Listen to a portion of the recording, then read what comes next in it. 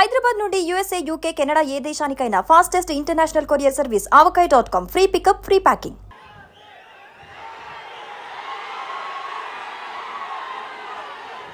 ఈ సభకి Harihara Veeramallu pre release ఈవెంట్కి విచ్చేసిన పెద్దలు అందరికీ మా తోటి కూటమి ఎన్డీఏ కూటమి నాయకులందరికీ ముందుగా నా హృదయపూర్వక నమస్కారాలు. గౌరవ మేయర్,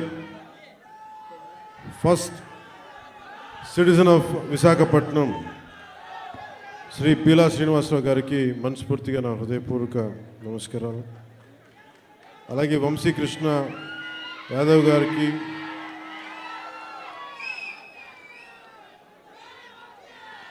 గానా వెంకటరెడ్డి నాయుడు గారికి, పంచకర్ల రమేష్ గారికి, పల్లా శ్రీనివాస్ గారికి, శ్రీ గంటా శ్రీనివాస్ గారికి, సీనియర్ నాయకులు, నాకు ఇష్టమైన మేధావి, సూక్ష్మంగా అన్నీ అర్థం చేసుకోగలిగే సీనియర్ నాయకులు శ్రీ కొండతోల రామకృష్ణ గారికి,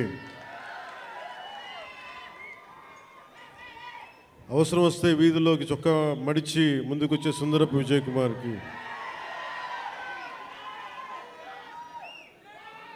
వెనకబడ్డ మన ఉత్తరాంధ్రాకి సంబంధించి ఉద్యోగాలు, ఉపాధి అవకాశాలు కల్పించడానికి ముందుకున్న లోకం మాధవ్ గారికి,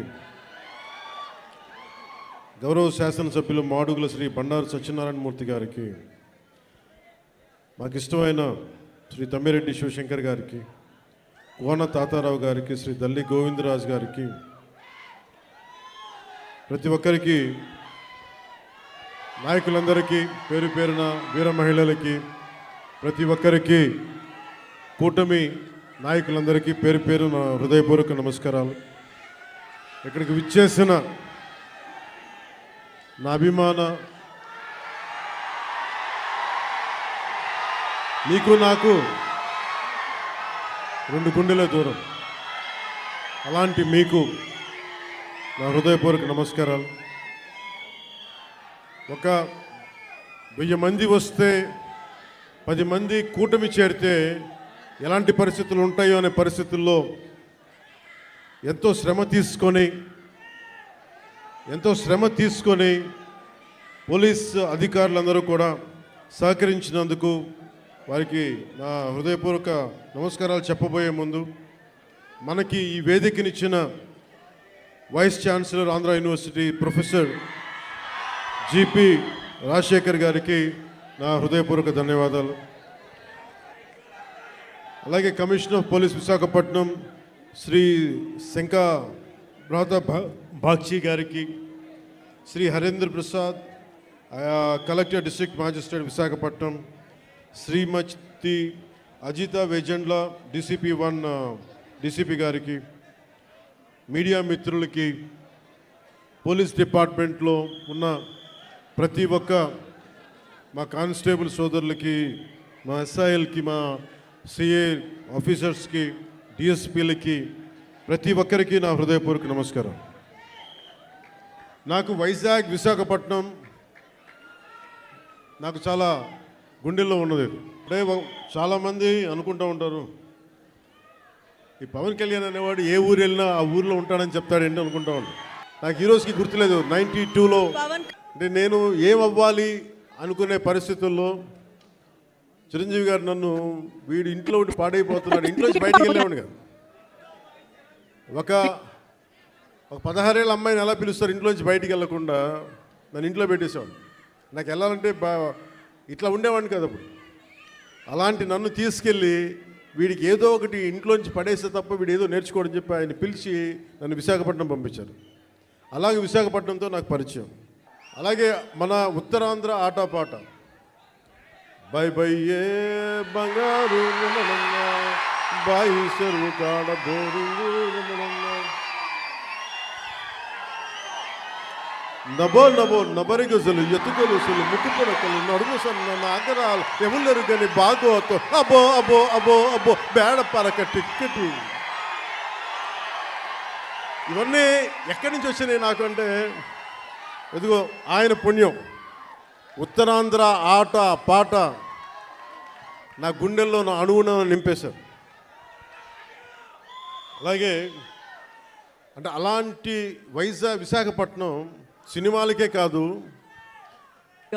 ఇదే నోవాటెల్లో ఒక 2 సంవత్సరాల క్రితం నలిపేస్తే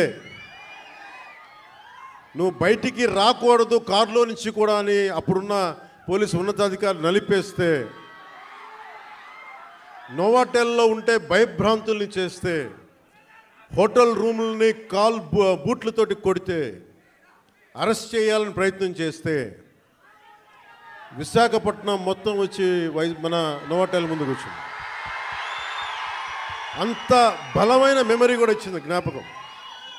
అందుకని నాకు విశాఖపట్నం, నేను అందుకని ప్రత్యేకించి విశాఖపట్నంలో ఈ ఫంక్షన్ పెట్టాలని నిర్ణయించుకున్నాను. అలాగే మాట వినాలాగండి.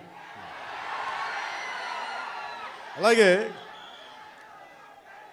మీకు తెలుసు, మనకి వకీల్ సాబ్ కానీ మిగతా ఏ హీరోస్ అయినా ఈరోజు ఉప ముఖ్యమంత్రిగా అంటే కూడా మీతోటి పవన్ కళ్యాణ్ అని మీకు ఇష్టమైన హీరోగానే మాట్లాడతాను ఈరోజు.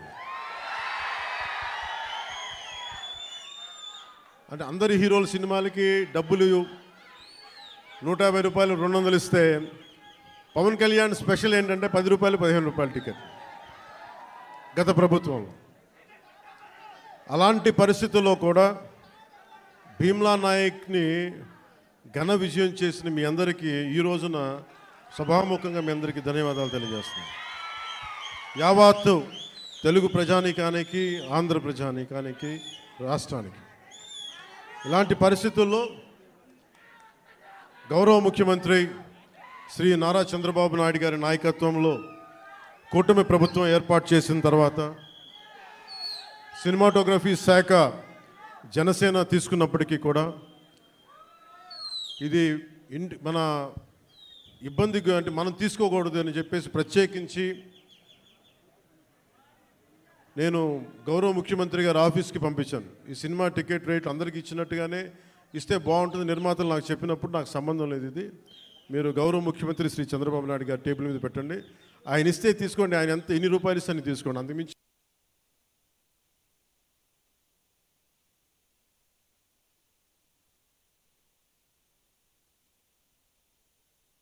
అంటే మన యువ నాయకుడు, యువగళం ప్రతినిధి, 100 కిలోమీటర్లు ప్రయాణించిన నాయకుడు, తెలుగుదేశం యువ సారథి శ్రీ నారా లోకేష్ గారు ట్వీట్ చేసి పవనన్న సినిమాలు బాగుండాలి, ఘన విజయం సాధించాలి అని మనస్ఫూర్తిగా ట్వీట్ చేసినందుకు వారికి నా ప్రత్యేక ధన్యవాదాలు, కృతజ్ఞతలు తెలియజేసుకుంటున్నాను.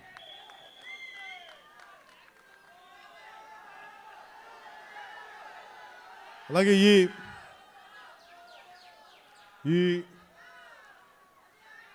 ఈ ప్రమోషన్ ముఖ్యంగా ఒక నెల రోజులుగా ఇంటర్వ్యూల మీద ఇంటర్వ్యూస్ ఇస్తా.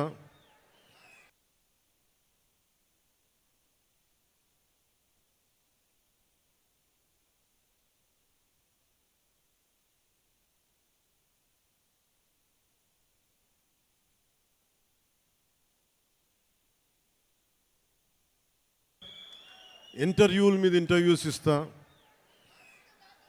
అంటే తన ప్రతి దానికి సినిమాకి ఒక ఆకర్షణతోటి ముందుండి సినిమాని ప్రమోట్ చేసిన శ్రీ మిస్ నిధి అగర్వాల్ గారికి మనస్ఫూర్తిగా నా కృతజ్ఞతలు తెలియజేస్తాను. ఈరోజు నేను మీ ముందుకు వచ్చాను ఇలాగా, నిన్న అన్ని ఏకదాటిగా పొద్దున్నుంచి రాత్రి 12 దాకా ఇంటర్వ్యూస్ ఇచ్చాను అంటే, అలాగే ఈరోజు మీ ముందు నిలబడ్డాను అంటే ఆవిడ చేసిన పనికి నాకే సిగ్గొచ్చి మన సినిమాని మనం ప్రమోట్ చేసుకోకపోతే ఎట్లా? నేనేం నమ్ముతానంటే, ఇదివరకు సత్యానంద్ గారికి తెలుసు, ఎప్పుడు మన ఫోటో లేదు మీరు వేయచ్చు కదా అప్పుడున్న సినిమా పత్రికల్లో అంటే, మన సినిమా మన ముఖాలు ఎవరు వేస్తారని చెప్పి నేను అడిగితే, మీరు ఇంకా పెద్ద హీరోకి అసలు ఇంకా మీరు హీరో కాదు కదా, మీరు హీరో కూడా పెద్ద హీరో కాదు, మీకు వేయమని చెప్పేవాళ్ళు. నాకు అది అలవాటు అయిపోయింది. పబ్లిసిటీ లేకుండా సినిమాలు అవ్వటం, మీ గుండెల్లో మీరు పెట్టుకొని గెలిపించారు, నన్ను విజయం ఇచ్చారు తప్ప నాకు ఎప్పుడు మీడియాతోటి మాట్లాడాలని కానీ నేను కోరుకున్నప్పుడేమో జరగలేదు. తర్వాత నాకు అలవాటు అయిపోయింది మీడియా లేకుండా సినిమాలు విజయం సాధించడం. సో అలాంటిది నేను చాలా చాలా ఆల్మోస్ట్ ఒక 96లో అక్కడమ్మ ఇక్కడపై షూటింగ్ సినిమా రిలీజ్ అయింది.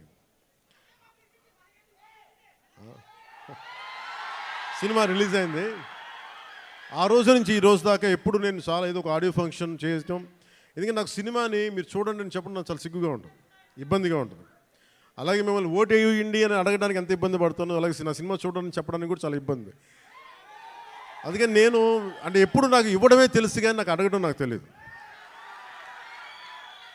ఒక డోలీలకి వెళ్ళే గ్రామాలకి రోడ్లు వాళ్ళు అడగకుండా నేను వేయించగలను. మన ప్రత్యర్థులు మన తిట్టిన పార్టీ సర్పంచులకు కూడా సమానంగా డబ్బులు పంచగలను ప్రతి సర్పంచ్కి.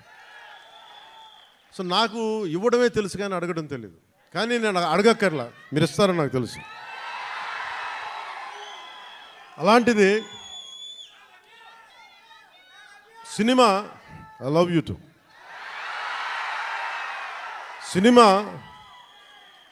సినిమా ఎంత బలమైందంటే, అంటే నేను మీతోటి ఎందుకు పంచుకుంటున్నానంటే, ఇది సార్ మీరంతా కాళ్ళు నొప్పిలేసి కొంచెం ఎక్కువసేపు మాట్లాడతాను మా వాళ్ళతో.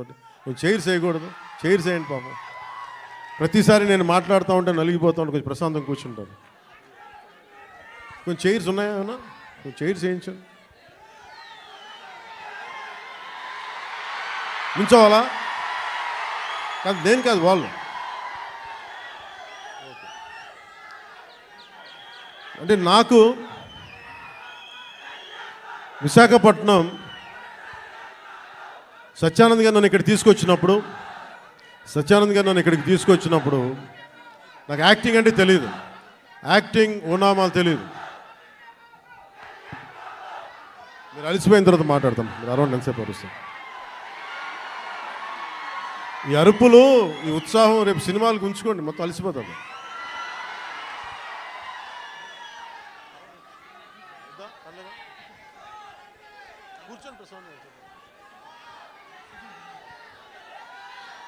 నేను మీతోటి నా అనుభవాలు పంచుకుంటాను. అంటే నేను ఇప్పుడులా కనిపించే సత్యానంద్ గారు నాకు పరిచయం అయ్యే టైంకి నాకు బయటికి 10 మంది మధ్యలోకి రావాలంటే చాలా ఇబ్బంది ఉండేది. రూమ్లోంచి బయటికి రావాలంటే సిగ్గుపడిపోయాడు, ధైర్యం ఉండేది కాదు. కానీ లోపల చాలా ఆలోచించేవాడిని. ఏదన్నా సరే బయటకు వచ్చి ఏదైనా మాట్లాడాలి, గొంతు పెగల్చాలి అంటే లోపల బిగుసుకుపోయేది, భయం వచ్చేది, గొంతంతా ఉండలు చుట్టుకుపోయేది. అలాంటి సమయంలో మా అన్నయ్య గారు అడిగారు, నువ్వు ఏమవ్వాలని ఉందరా అంటే, నేను చాలాసేపు ఆలోచించాను. జస్ట్ బతకాలి ఉందని చెప్పాలనుకున్నా. ఆ మాట అంటే కొడతాడేమని చెప్పలే, ఏదో తెలివితే అట్లా చూపించుకున్నా. కానీ నాకు లోపల ఏముండిందంటే, నాకు ఏ కోరికలు లేవు. నాకు చిన్నప్పటి నుంచి నాకు పెద్ద ఏం కోరికలు లేవు. ఏదో మామూలుగా బతకడం తప్ప ఒక హీరో అవ్వాలనో లేదంటే సాధించాలనో లేదు. కానీ చిన్నప్పటి నుంచి ఉన్న ఒకే ఒక్క మూల లక్షణం ఏంటంటే, అన్యాయం జరిగితే ఎదురుదాడి చేయాలని ఉంటుంది. నాకే జరగక్కర్లా, అలాగే సహాయం చేయాలనిపిస్తుంది. ఈ 2 లక్షణాలు తప్ప సినిమాలు చేద్దామని కానీ డబ్బులు సంపాదించాలని కానీ నాకు ఆలోచన లేదు. అలాంటి నాకు చదివేవాడిని. అలాంటి నాకు వీని ఇలా వదిలేస్తే ఎటు కాకుండా పోతాడని మా అన్నయ్య గారికి భయం వేస్తుందేమో. ఒక రోజున సత్యానంద్ గారిని పిలిపించి, ఆయన మంచుపల్లికి సినిమాలో ఆయన ఒక అసిస్టెంట్ డైరెక్టర్గా పనిచేస్తారంట. ఆయన పిలిపించి, ఈయన ఢిల్లీ నేషనల్ స్కూల్ ఆఫ్ డ్రామాలో ఆయన అక్కడ చాలా పాల్గొని నేర్చుకుని ఆయన అలాంటి వ్యక్తిని తీసుకొచ్చి నాకు నన్ను ఆయనకి అప్పచెప్పి చేయమన్నారు. ఆయనకి నేను ఎంత ఇబ్బంది పెట్టేవాడినంటే, మీరు ఒకసారి రండి సత్యానంద్ గారు, మీ కష్టాలు చెప్తాను. ఇప్పుడు దాకా తెలియదు కదా ఎవరికి నేను ఆయన ఎలా ఇబ్బంది పెట్టేవాడిని. ఆయన వచ్చి కూర్చొని చాలా డైలాగులు చెప్పేవాళ్ళు. బాబు మీరు ఇలా చదవండి, ఇలా రాయండి అని చాలా పేపర్లు ఇచ్చేవాళ్ళు. నేను రూమ్లో తీసుకెళ్ళామండి. మనం ఒక పని చేద్దాం సార్, అలా బయటికి వెళ్దారండి అని చెప్పి, మా అన్నయ్య తిడతాడని చెప్పి బయటికి తీసుకెళ్ళి, సార్ రేపు చేద్దామండి, ఈరోజు కొంచెం అలవాటు చేసుకుందాం. మళ్ళీ ఈయన కూర్చోబెట్టి చాలా పెద్దగా మాట్లాడేసేవాళ్ళు. మాట్లాడేస్తే నాకు సిగ్గు అనిపించేది, కొంచెం చెమటలు పట్టేసాయి. అలాంటి నెమ్మదికి ఈయన మభ్య పెడితే మెడ్రాస్లో, చెన్నైలో పని జరగట్లా. ఒక నెల రోజులు చూశారు. ఈయనకి అర్థమైపోయింది, ఈయన ఇక్కడే ఉంచితే వీడు ఏ పని వీడు చెయ్యకపోగా నన్ను కూడా చెడగొట్టేస్తాను భయం వేసింది అనుకుంటా. ఆయన ఏమనేవాళ్ళు, చూస్తూ ఉండేవాళ్ళు. సో నన్ను ఫైనల్గా ఏం చేశారంటే, మా అన్నయ్య చిరంజీవి గారికి ఏం చెప్పారంటే, తమ్ముడిని నేను విశాఖపట్నం తీసుకెళ్తానండి, అక్కడ కొంచెం నాకు టీం అంతా ఉంటుందని అని తీసుకెళ్ళి నన్ను ఇక్కడ పడేశారు. మధ్యలో పడేస్తే నేను ఈయనంటారు కూర్చోబెట్టి నడిచే, డ్యాన్సులు చేసే, ఇవంటే నాకు సిగ్గుతో చచ్చిపోయేవాడిని. ఎలారా వీళ్ళందరూ యాక్టర్స్ అవుతారు, ఎలారా వీళ్ళందరూ చేస్తారు అనుకునేవాడిని. మరి మెల్లిగా నా చేత కొంచెం సిగ్గు, చిన్న మ్యూజిక్ ఫస్ట్ నాకు నేర్పించిందల్లా, ప్రారంభించింది సరస్వతి నమస్తుభ్యం అనే ఒక ప్రార్థనతోటి నాకు నా నటనా శిక్షణ మొదలైంది. అందుకే సరస్వతి దేవికి అని నాకు ఈ రోజుకి గుర్తు. ఆయన సరస్వతి ప్రార్థన రోజు పొద్దున్నే చేయించి నాకు క్లాసెస్ పెట్టేవాళ్ళు, ప్రారంభించేవాళ్ళు.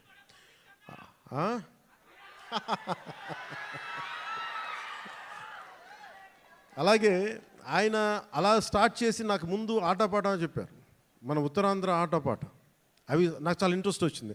మెల్లిగా ఆయన్ని చిన్న ఏమంటుంటారు, పాముని ఏమంటుందని ఒక వైల్డ్ యానిమల్ని ట్రైన్ చేస్తారు చూసారా, అలా కొద్దిగా టేమ్ చేసి ట్రైన్ చేసి ఒక 2 అక్కడ దాకా తీసుకొచ్చాను నన్ను. అంటే నోట్లో నుంచి ఒక వాక్యం, అమ్మ ఇట్రా నాన్న నేను బయటికి వెళ్తున్నాను చెప్పడానికి కూడా నేను తటపాయించే నా వ్యక్తిత్వానికి ఒక 1.5 hour ఒక స్ట్రీట్ ప్లే చేయించిన అంత బై ద ఎండ్ ఆఫ్ 2 నెలలు. సో నన్ను అంత ట్రైన్ చేసి నేను నేర్చుకున్నది ఏంటంటే, నటన నేర్చుకోలేదు ఈయన దగ్గర, ధైర్యాన్ని నేర్చుకున్నాను ఈయన దగ్గర. నీకు ఏదైనా ఒక అభిప్రాయం ఉన్నప్పుడు నిర్భయంగా చెప్పడం చేసుకో, ఏమవుతావు, మహా అయితే ఫెయిల్ అవుతావు, ఏమవుతుందని. నాకు ఎందుకు ఆయన పాదాలకి ఈరోజు ఎప్పుడు నాకు అనిపించిన ఎందుకు ఇష్టం అని నమస్కారం పెడతానంటే, నాకు ధైర్యాన్ని నాకు పరిచయం చేసిన వ్యక్తి ఆయన. అంటే నీకు అభిప్రాయాలు 100 ఉండొచ్చు, లోపల భావాలు 1,00,000 ఉండొచ్చు, కానీ వాటి మీద నువ్వు ముందుకొచ్చి దాన్ని యాక్ట్ చేయకపోతే ఏం అవ్వదు అనేది నాకు ఆయన నోటితో చెప్పాల, ఆ ట్రైనింగ్ ద్వారా చెప్పారు. నేను అప్పుడు అనుకున్నాను యాక్టింగ్ అని. నాకు యాక్టింగ్ అని నేను నేర్చుకోలేదు, నాకు జీవిత పాఠాలు నేర్పారు నా గురువు ఆయన. సో చిరంజీవి గారికి నేను ఏం చెప్పానంటే, 1 సంవత్సరం తర్వాత, అన్నయ్య మీరు ఇప్పుడు సినిమా తీయకపోయినా పర్లేదు కానీ నాకు జీవితంలో బతికే శక్తిని ఇచ్చేవి ట్రైనింగ్ వల్ల. నేను ఏ కూలి పని చేసుకునే బతికేస్తాను తప్ప నాకు యాక్టరే అవ్వాలని లేదు. నాకు చాలా సంతోషం. ఆ తర్వాత అక్కడమ్మా ఇక్కడమ్మా నన్ను తీసుకొచ్చారు. అలాగే వైజాగ్లో తీసుకొచ్చారు, వైజాగ్ స్టీల్ ప్లాంట్లో ఇక్కడను చచ్చిపోయేవాడిని సిగ్గుతో. అప్పుడు మళ్ళీ ఒక 6 months మనకి 1 year గ్యాప్ రాగానే మళ్ళీ యాజ్ యూజువల్ మన యూజువల్ సిగ్గు మళ్ళీ ముడుచుకుపోయాను మళ్ళీ. అలాంటిది నన్ను గోకులం సీత చేశాను, తర్వాత సుస్వాగతం చేశాను. నాకు ప్రత్యేకించి విశాఖపట్నానికి ప్రత్యేక అనుభవం ఏంటంటే, నాకు భీమిలీలో మాకు తెలిసిన వాళ్ళకి ఒక గెస్ట్ హౌస్ ఉండేది, నన్ను అక్కడ ట్రైనింగ్ చేసేవారు వీళ్ళందరూ. సో నాకు అందుకు భీమిలీ కానీ మన ప్రాంతాలు కానీ మన సర్క్యూట్ గెస్ట్ హౌస్ మనం ప్రాక్టీస్ చేసేదాన్ని ఒక సంగం శరత్ ఓనర్స్ గెస్ట్ హౌస్ ఒకటి ఉండేది. అక్కడే మ్యాక్సిమం ట్రైనింగ్ క్లాసెస్ అని సాయంత్రాలు పూట, మార్నింగ్ ఏమో భీమిలీ, సాయంత్రాలు సంగం శరత్. ఇప్పుడు ఇవన్నీ చెప్పాను అనుకోండి, ఈ పవన్ కళ్యాణ్ ఏ ఊరు వెళ్ళినా కనిగిరి వెళ్తే కనిగిరిలో పెరిగానంటాడు, వైజాగ్ వస్తే వైజాగ్లో పెరిగానంటాడు. కానీ నేనేం చేస్తాను, అందుకే నా పేరు పవనం. నేను తిరుగుతూ ఉంటాను, వెళ్తూ ఉంటాను. మనం పవనాలు అయితే అవి కూపస్తా మండూకాలు ఇలాగే మాట్లాడతారు. బావిలో కప్పలు గిరిగిసుకొని కూర్చుంటే వాళ్ళకి అర్థం కావు. పవనం తాలూకు శక్తి వాటికి అర్థం కాదు. పవనం సర్వంతర్యామి. సో అలాంటి నన్ను ఈరోజు సినిమా మేకింగ్ మీద కానీ వీటన్నిటి మీద అవగాహన వచ్చింది అంటే, నాకు నా గురువు ఇచ్చిన నూరిపోసిన ధైర్యం. ముందుగా నాకు ఈరోజు మీ ముందు నిలబడగలుగుతున్నాను అంటే, నాకు మా అన్నయ్య చిరంజీవి గారు నన్ను ఇచ్చిన ఆయన నన్ను నమ్మారు, మా వదిన నన్ను నమ్మింది. సో వాళ్ళు ఈరోజు నేను మేము ఎందుకు వస్తున్నాను, ముఖ్యంగా వాళ్ళిద్దరికీ నేను మన గెలిచిన తర్వాత కూడా ఎందుకు నా శిరస్సు తీసి వాళ్ళిద్దరి పాదాలకి పెట్టానంటే, మనకి గుండెలకి హత్తుకున్న వాళ్ళకి, మన బాగుని కోరుకునే వాళ్ళ పాదాలు కాక ఇంకెవరికి నమస్కరిస్తాం. మనకు కనిపించే దేవుళ్ళు వాళ్ళు, మనకు కనిపించే దేవుళ్ళు మా గురువే మనకి దైవం. సో ఇలాంటి సమయంలో నాకే అనిపించింది, మన ఏదో సినిమా, ప్రతి ఒక్క సినిమా కృష్ణవంశీ గారి సినిమాలు చెప్తూ ఉంటారు కదా, 30 years ఎక్స్పీరియన్స్ అండి ఇక్కడనే. ఇంకొక సంవత్సరం దాటితే మనం కూడా కొంచెం చెప్పచ్చు 30 years ఎక్స్పీరియన్స్ ఇక్కడ. తమాషాలు కూడా 30 years ఎక్స్పీరియన్స్ రాబోతుంది, వెయిట్ చేయండి. అంటే 96లో రిలీజ్ అయింది. సో దీంతో పాటు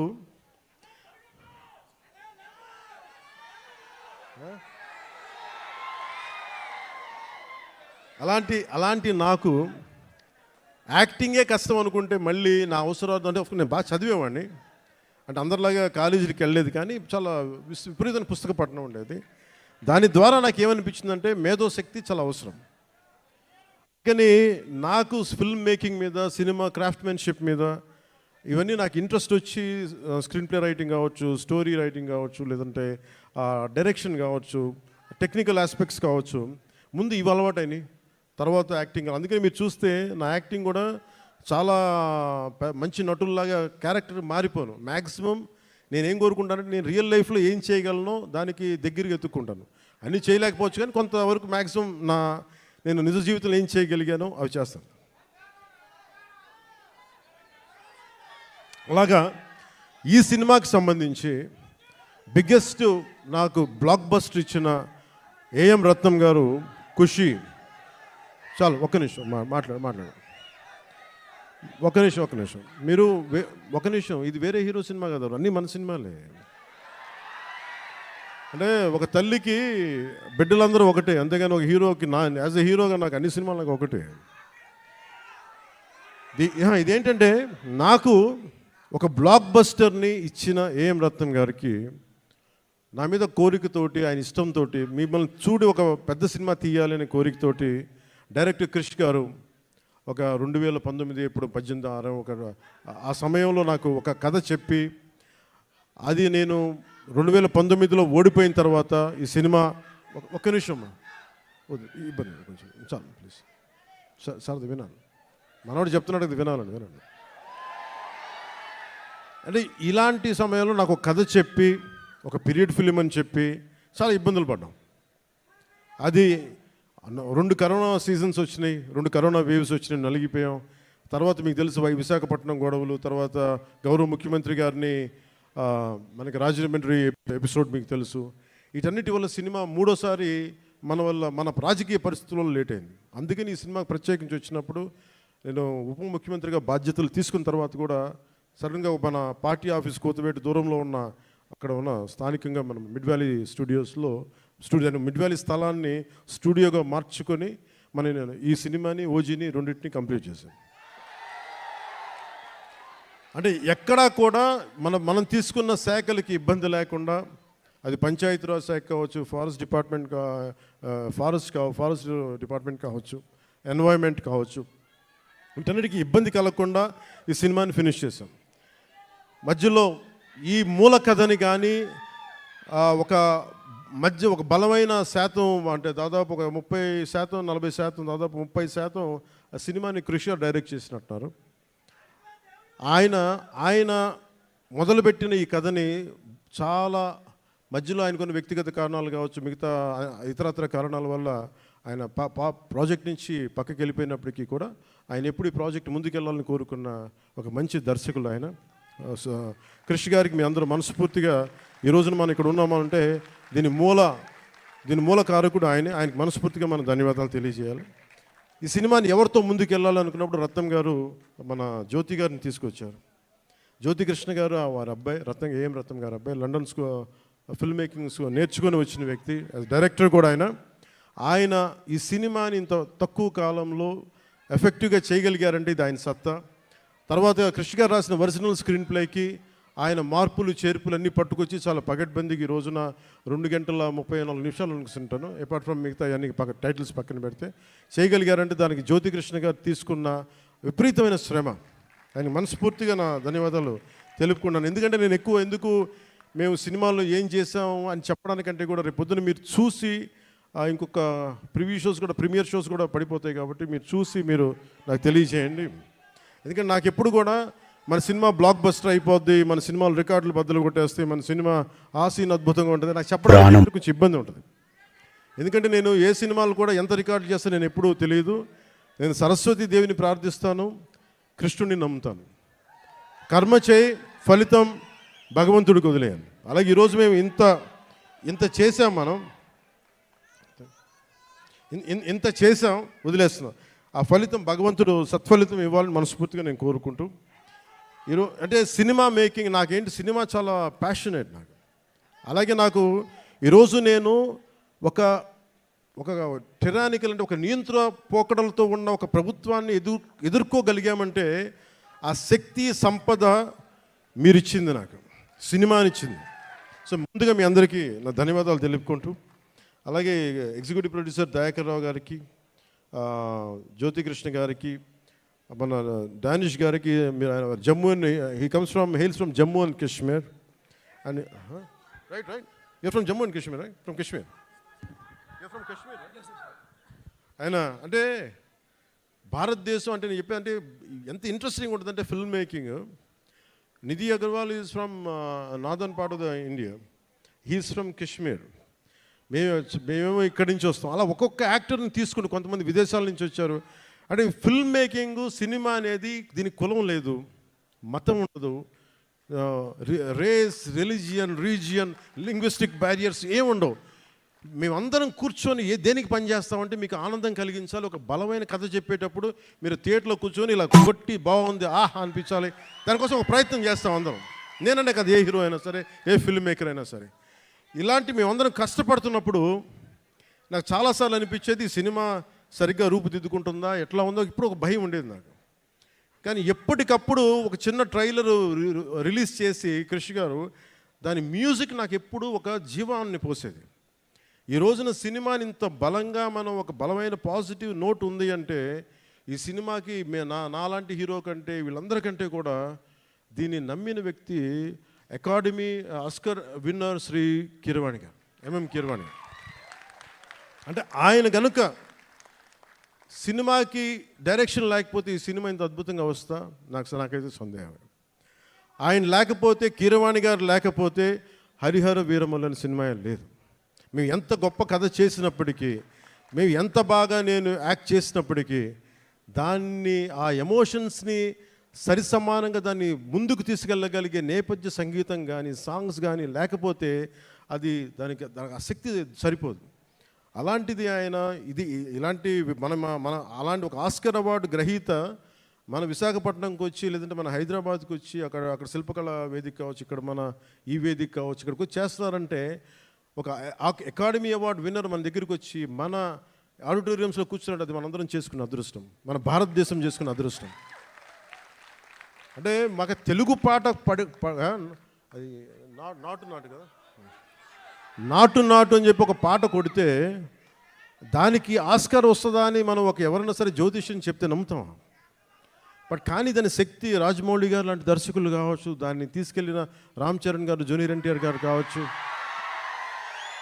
అంటే ఇంతమంది కలయికతోటి వాళ్ళందరూ బలంగా వేయగలిగారంటే మనం సంగీత దర్శకుడు అనేవాడు బలమైన అసలు రక్తి కట్టించగలిగే సంగీతాన్ని ఇవ్వలేకపోతే దానికి చంద్రబోస్ గారు లాంటి ఒక లిరికల్ రైటర్ దానికి సరైన లిరిక్స్ అందించకపోతే అది ముందుకెళ్ళదు. అలాంటిది మనకి ఇద్దరు ఆస్కర్ విన్నర్స్ ఉన్నారు, వాళ్ళని చంద్రబోస్, అదోబాని శ్రీ ఎంఎం కీరవాణి గారు. మనందరం కూడా చాలా చాలా ఒక తెలుగువాడిగా కాదు, ఒక భారతీయుడిగా మనందరం చాలా గర్వపడాల్సిన విషయం. సో అలాంటి దర్శకులు, సంగీత దర్శకులు మన హరిహర వీరమల్లుకి నిన్న రాత్రి చూశాను మొత్తం, కొంచెం అన్ని నేను రీల్స్ టెస్ట్ చేస్తాను ఫస్ట్ టైం చాలా సంవత్సరాల తర్వాత. ఖుషి తర్వాత మళ్ళీ నేను ప్రతి రీల్ చూడడం, ఎందుకంటే నేను సడన్గా డబ్బింగ్ తర్వాత సినిమాలు చూడండి, నాకు భయం సినిమాలు చూడాలంటే. ఇందులో డైలాగులు ఉండవు, యాక్షనే ఉంటుంది. ధర్మం జోలికి వస్తే తాట తీసేస్తామనే ఉంటుంది తప్ప. ఏం తల్లి బాగున్నావా? గుర్తుంది, మన ఆఫీస్లో కలిసాం. అవును గుర్తుంది.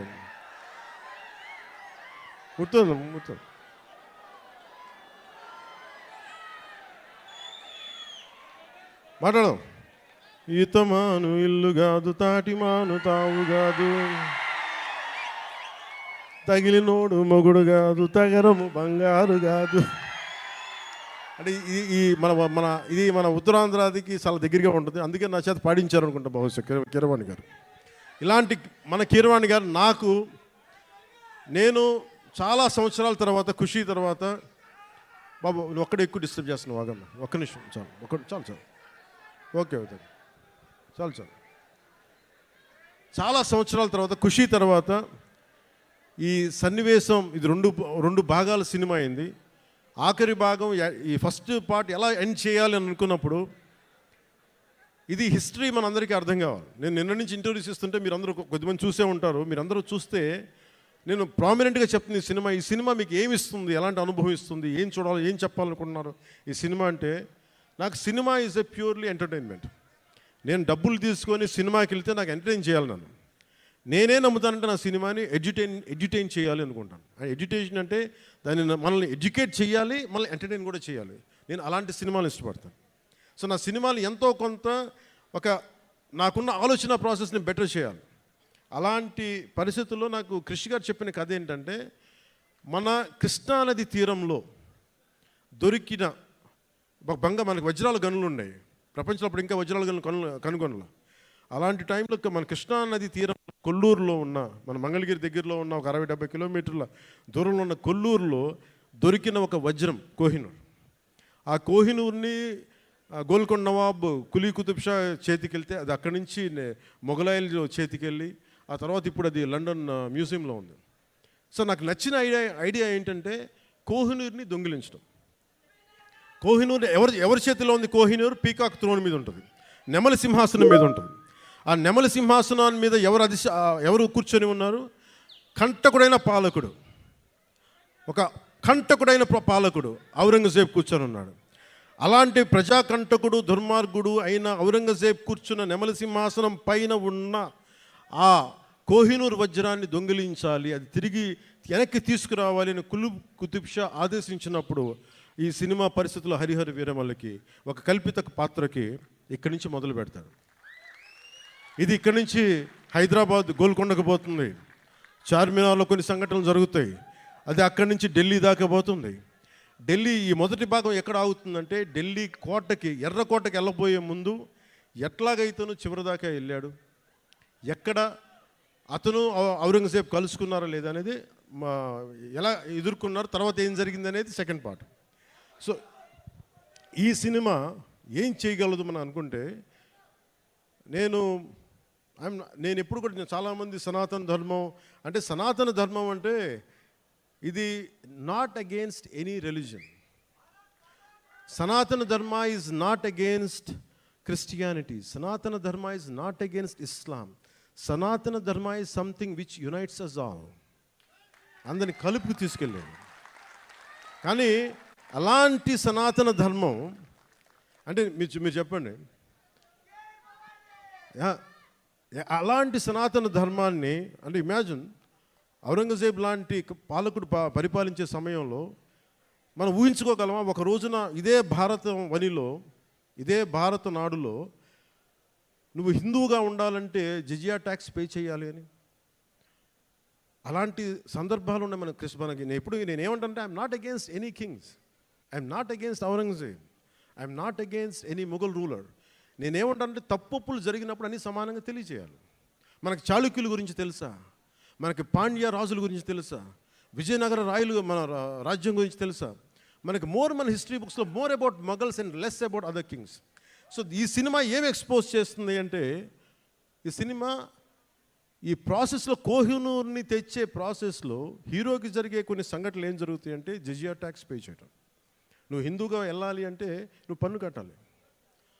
సో పన్ను ఆ కట్టే సమయంలో that is the action episode ఉంటుంది. అంటే ఒక రిలక్టెంట్ వారియర్, యుద్ధంలో పాల్గొనాలని లేదు వాడికి, ఎదుర్కోవాలని లేదు, తన బతకాలనుకునేవాడు. అలాంటి వ్యక్తికి ఎలాంటి పరిస్థితులు వచ్చినాయి, ఎలా తిరగబడ్డాడు, ఆ కోహినూర్ వజ్రం వెళ్ళే ప్రాసెస్లో ఏమేమి జరిగినాయి, అది బేసిక్గా ఈ ఫస్ట్ పార్ట్ కథాంశం. సో మేము కోరుకున్నది ఏంటంటే, ప్రత్యేకించి నేను ఎందుకు డిజైన్ చేసిన యాక్షన్ సీక్వెన్స్ అంటే, నాకు పోరాటాలు చేసేటప్పుడు ఒక్కడిని కొడితే 10 మంది చెల్లా చెదురు పడిపోవడం నాకు నా రేషనల్ మైండ్కి, నా లాజికల్ మైండ్కి ఇబ్బందిగా ఉంటుంది.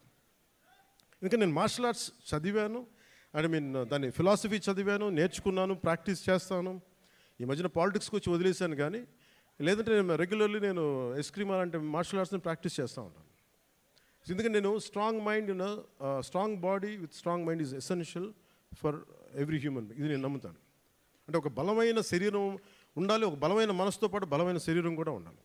ఇది నేను నమ్మేవాడిని మనస్ఫూర్తిగా. అందుకే నేను మార్షల్ ఆర్ట్స్ని చాలా బలంగా నమ్ముతాను. సో అందుకని నాకున్న సెన్స్ నాకేమనిపిస్తుంది, ఇలా చేద్దాం అంటే ఫైనల్గా ఆ ఎంటైర్ ఎపిసోడు ఎలా చేస్తే బాగుంటుంది. నా కళ్ళ ముందు నేను హిందూగా జిజియా ట్యాక్స్ పే చేయాలి అంటే ఏమేం జరుగుతాయి సంఘటనలు అని చెప్పి నేను ఆ సమయానికి ఆ టైమ్స్కి వెళ్ళి ఏమేం జరిగితే ఎలా జరుగుద్ది ఈ ఊహించుకునే ప్రాసెస్. అందుకే నా లాస్ట్ 18-20 మినిట్స్ నేను కన్సీవ్ చేయాల్సి వచ్చింది. అది అవసరార్థం, అది నాకు ప్రూవ్ చేసుకోవాలని కాదు, కానీ ఇలా చేస్తే బాగుంటుంది, అలా చేస్తే బాగుంటుంది అని చెప్పి మొత్తం ఆ సీన్ కన్సీవ్ చేసి తిరిగి ఎగ్జిక్యూట్ చేసే టైంలో నేను నేర్చుకున్నాను కాబట్టి ఆ మార్షల్ ఆర్ట్స్. వీటిని అంటే నేను చెప్పేది ఇది ఎక్స్ట్రాడినరీ మార్షల్ ఆర్ట్స్ అని కాదు, కానీ చాలా రియలిస్టిక్గా ఎంత చేయగలమో అంత ప్రయత్నం చేశాం. దానికి కీరవాణి గారు అందించిన మ్యూజిక్ నాకు నిజంగా నిన్న రోమాలు నిక్కుపొడుచు అంత అద్భుతంగా అందించారు. సో ఈ సినిమా మీకు ఇంకో 9:30కి మీకు ప్రీమియర్ షోస్ పడబోతున్నాయి యూఎస్లోను, ఇక్కడ మీకు. అందుకే మీ సమయాన్ని ఎక్కువ వేస్ట్ చేయను. 7:15 అయిపోతుంది కాబట్టి బాగుంటుందని మీ అందరికీ తెలియజేసుకుంటూ, నాకు ఈ అవకాశాన్ని ఇచ్చిన మీ అందరికీ, ప్రతి ఒక్కరికి పేరు పేరున ధన్యవాదాలు తెలుపుకుంటూ, నాకు కోరిక ఉంది ఈ సినిమా అన్న ఎంతసేపు ఒక మంచి హిట్ ఇవ్వనా అంటే నేను భగవంతుని కోరుకున్నా ఒక గబ్బర్ సింగ్ లాంటి హిట్ మా అభిమానుల కోసం ఇవ్వమని. అలాగే ఈ రోజున నాకు నటనలో ఓనామాలు దిద్దుకున్న నా విశాఖపట్నం నేల నుంచి నేను భగవంతుని సరస్వతి దేవిని కోరుకుంటా ఉన్నాను. మీ అందరూ ఆనందించే ఘన విజయాన్ని ఇమ్మని నేను నాకు ఆ సరస్వతి మాతని కోరుకుంటూ సెలవు తీసుకున్నాను. జై భారత్, జై హింద్. సుమన్ టీవీలో మీ పర్సనల్ అండ్ బిజినెస్ ప్రమోషన్స్ కోసం కింది నెంబర్కి కాంటాక్ట్ చేయండి.